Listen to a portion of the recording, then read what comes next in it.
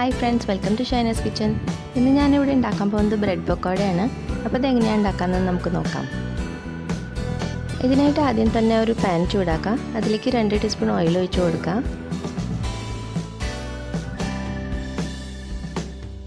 ഇതിലേക്ക് 1/2 ടീസ്പൂൺ കടുക് ഇട്ട് കൊടുക്കുക. കടുക് പൊട്ടി കഴിയുമ്പോൾ ഇതിലേക്ക് 6 വെളുത്തുള്ളി, 2 പച്ചമുളക്, പിന്നെ 1/2 ടീസ്പൂൺ ജീരകം ഇതെല്ലാം കൂടി ചതച്ചത് ഇട്ട് കൊടുക്കുക. ഇത് 1 മിനിറ്റ് ഇളക്കി കൊടുക്കുക.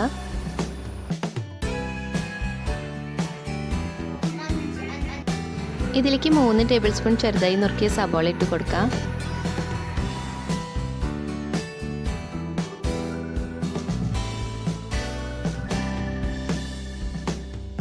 കാൽ ടീസ്പൂൺ ഉപ്പിട്ട് കൊടുക്കുക.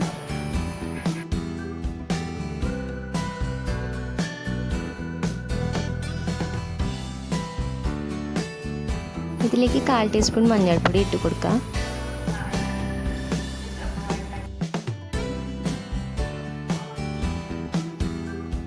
ഇനി ഇതിലേക്ക് കുറച്ച് മല്ലിയില ഇട്ട് കൊടുക്കുക.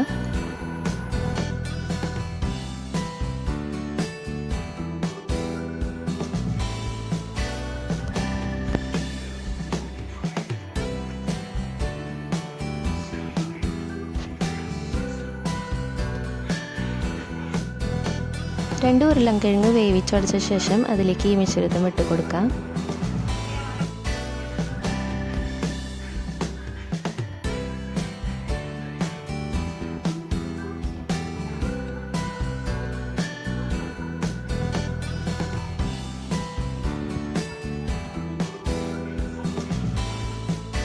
ഇത് നല്ലപോലെ മിക്സ് ആക്കിയ ശേഷം ഇതിലേക്ക് ആവശ്യാനുസരണം ഉപ്പ് ചേർത്ത് കൊടുക്കാം.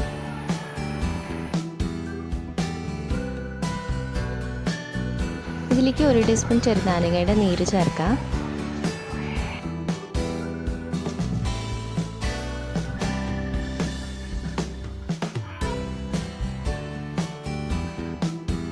ഇനി ഇത് നല്ലപോലെ മിക്സ് ആക്കി എടുക്കാം. അപ്പോൾ നമ്മുടെ സ്റ്റഫിങ് ഇവിടെ റെഡി ആയിട്ടുണ്ട്.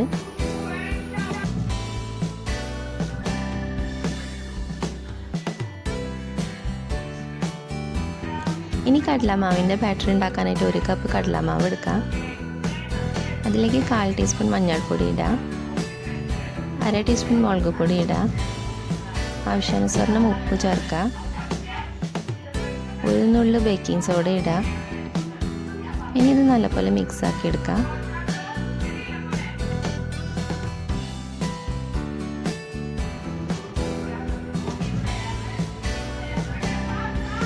ഇനി ഇതിലേക്ക് വെള്ളം കുറേശ്ശെയായി ചേർത്ത് മീഡിയം കൺസിസ്റ്റൻസിയിലുള്ള ബാറ്റർ റെഡിയാക്കി എടുക്കണം. ലംസ് ഒന്നും ഇല്ലാതെ നല്ല സ്മൂത്തായിട്ടുള്ള ബാറ്റർ ആയിരിക്കണം.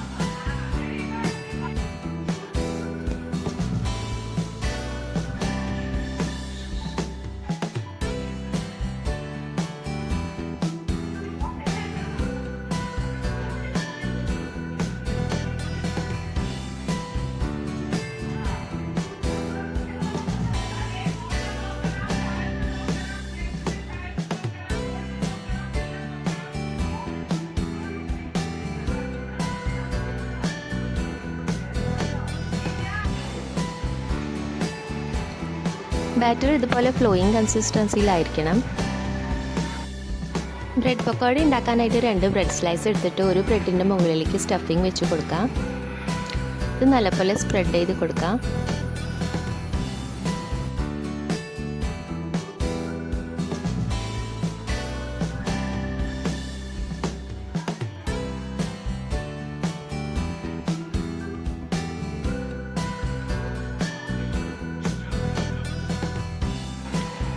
ഇനി രണ്ടാമത്തെ ബ്രെഡ് സ്ലൈസ് ഇതിൻ്റെ മുകളിലേക്ക് വെച്ച് കൊടുക്കണം. ഇനി ഈ ബ്രെഡ് സ്ലൈസസ് ഇതുപോലെ ഡയഗണലായിട്ട് മുറിച്ചെടുക്കണം.